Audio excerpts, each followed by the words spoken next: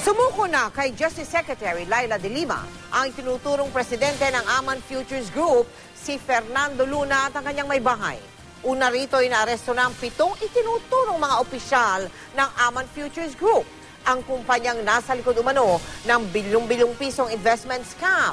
Ang mga suspect, sinasabing kabilang daw sa mga humikayat sa investors na mamuhunan sa naturang kumpanya. Nakatutok si Emil Sumangil. Exclusive.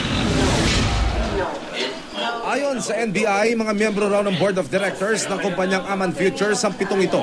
Sa bisa ng arrest warrant na inilabas ng Pagadian City RTC, dinakip sila ng NBI Regional Operations Office dahil sa pagkakasangkot sa bilyong-bilyong pisong investment scam.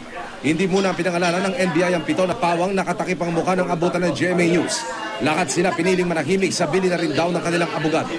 Now, this morning, we received the warrant of arrest from the court in Pagadian City, and with the instruction that we have to make effect the arrest of the suspects. 7 of these suspects are now with us, and we are taking their fingerprints. Ayon sa NBI, malaking tulong daw sa kaso ang pagkakaaresto ng 7 dahil bukod sa pawang incorporator o lumilitaw na kasosyo ang mga suspect, kabilang din daw mga ito sa mga nagalok at nag-recruit ng mga investor na kalaunay di na rin nabayaran. Ang arrest warrant na ipinalabas ng Pagadian City RTC ay para kina Manuel Amalillo na sinasabing nagtatag ng Aman Futures. Kasama rin sa warrant of arrest sina Fernando Luna, Nympha Caballero Luna, Derwin Wenceslao at Donna Coime na pinaghahanap hanggang ngayon.